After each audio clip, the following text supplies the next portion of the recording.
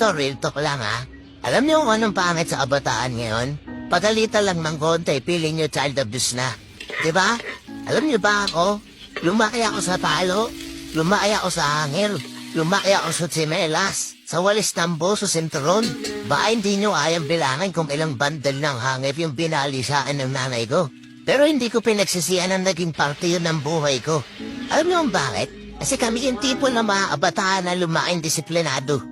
Kami rin yung tipo ng kabataan noon na mayroong respeto. Nakuha nyo? Eh yung ngayon wala eh. Konting kipit, sumbong sa tropa, ayoko na.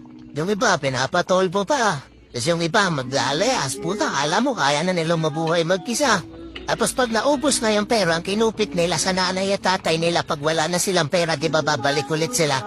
Tauhan nyo, lumuhod na ba kayo sa munggo? Naranasan nyo na ba na merong nagliliyab na kandila sa ilalim ng siko nyo habang may hawak kayong libro? Siyempre hindi. Kasi pagalitan lang kayo ng kote, feeling nyo child abuse na sa inyo yon. Diba? Sa mga nanonood dito na halos kaedaran ko, alam kong naiintindihan nyo ako. Na kaya tayo noon pinalaki sa palo para lumaki tayong disiplinado. At merong respeto. Kuha nyo? Pansinin niyo yung mga batang spoiled at binibigay lahat ng gusto, di ba lumalaki yung ulo? Ako yung tipo ng batang napakakulit noon. Hindi ako mapalagay noon hanggat hindi ako nakakapaglaro mula umaga hanggang hapon.